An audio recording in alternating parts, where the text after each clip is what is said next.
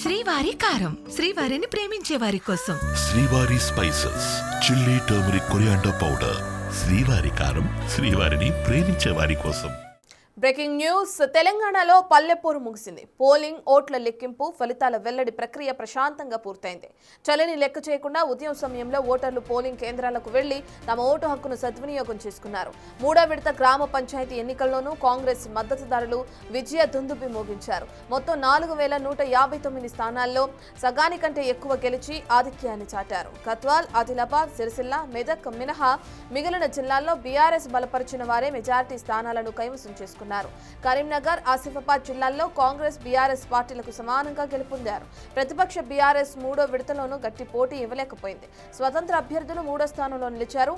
ఈ విడతలోనూ బీజేపీ మద్దతుదారులకు నిర్మల్ జిల్లాలో మెజారిటీ స్థానాలు వచ్చాయి.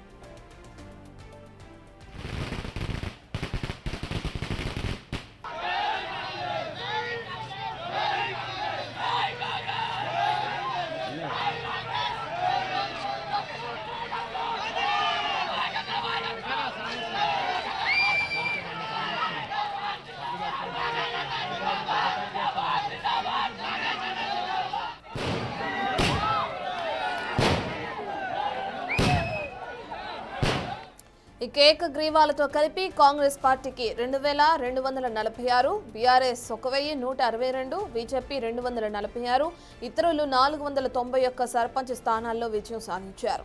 రెండో విడతలో కాంగ్రెస్ మద్దతుదారులు 2245, అలాగే బీఆర్ఎస్ 1188, బీజేపీ 268, ఇతరులు 624 చోట్ల గెలుపొందారు.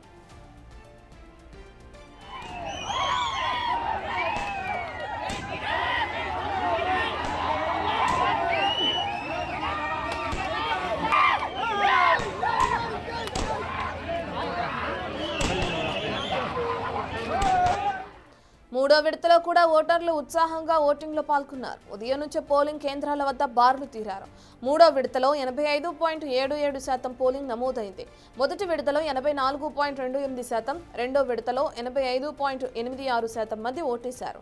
మూడో విడతలోనూ యాదాద్రి భువనగిరి జిల్లాలో అత్యధికంగా 92.56% పోలింగ్ నమోదైంది.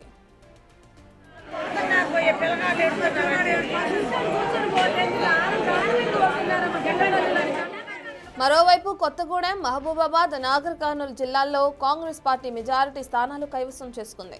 అటు నల్గొండ, రంగారెడ్డి, సంగారెడ్డి, సూర్యాపేటలోనూ ఇదే కొనసాగింది.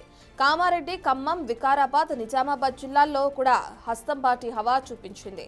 గద్వాల్, ఆదిలాబాద్, సిరిసిల్ల, మెదక్ జిల్లాల్లో బీఆర్ఎస్ దూసుకుపోయింది.